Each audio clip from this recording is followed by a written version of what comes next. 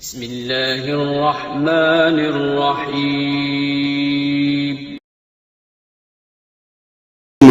تو یہ جو ذکر کے طریقے ہیں ان کا مقصد ہے اللہ تعالیٰ کی یاد والی کیفیت پیدا کرنا۔ تو یہ یاد والی کیفیت کہاں کے لیے ہے؟ اسی لیے تو ہے نا کہ آدمی ہر عمل کو کرتے ہوئے اللہ تعالیٰ کو پیش نظر رکھے، اللہ کو یاد رکھے۔ تو جب انسان یہ کرتا ہے تو اس کا ہر عمل نافع بن جاتا ہے۔ یہ بات بالکل لکھی پڑھی ہے، اس میں یعنی کوئی ثبوت بھی دینے کی ضرورت نہیں ہے، تجربہ بتا دیتا ہے کہ نیت جہاں ٹھیک ہوتی ہے نتیجہ وہیں ٹھیک نکلتا ہے۔ میں بہت سی مرتبہ سوچا کرتا ہوں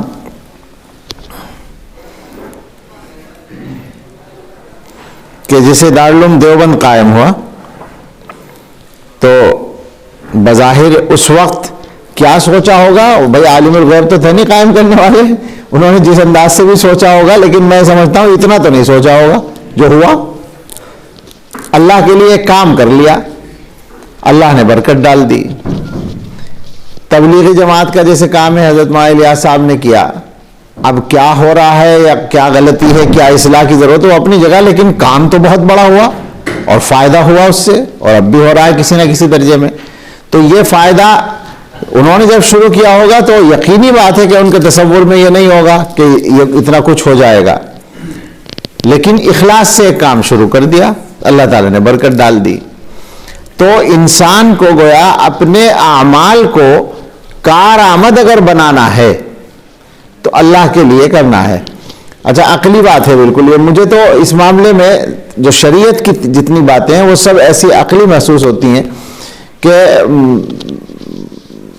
دو باتیں ہیں، پتہ نہیں یہ سب لوگوں کے کام کی بات ہے یا نہیں، لیکن علماء ہیں تو اس لیے کچھ ذہن اس طرف چلا ہے کہ کسی چیز کے باقی رہنے کے لیے اس کا نافع ہونا ضروری ہے۔ فَأَمَّا الزَّبَدُ فَيَذْهَبُ جُفَاءً وَأَمَّا مَا يَنْفَعُ النَّاسَ فَيَمْكُثُ فِي الْأَرْضِ۔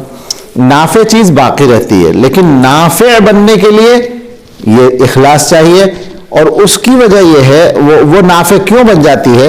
دونوں طرف سے یہ بات ہے کہ اخلاص کا مطلب ہے اللہ کے لیے کام کرنا، چونکہ اللہ کی ذات باقی ہے، اللہ باقی ہے، تو اللہ کے نام کے ساتھ جو عمل جڑ جاتا ہے اس میں بقا کی کیفیت پیدا ہو جاتی ہے، سمجھ رہے ہیں؟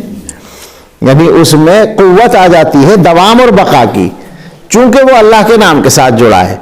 اور تمام اغراض جن کے لیے بندے کام کرتے ہیں وہ سب فانی ہیں، تو ان کے عمل میں فنا پیدا ہو جاتی ہے۔ جو عمل دنیا کے لیے کیا جاتا ہے دنیا فانی ہے، جو عمل عزت حاصل کرنے کے لیے کیا جاتا ہے تو عزت بھی فانی ہے، جو عمل مرتبہ حاصل کرنے کے لیے کیا جاتا ہے مرتبہ بھی فانی ہے، جو عمل تعریف کرانے کے لیے کیا جاتا ہے تعریف بھی فانی ہے۔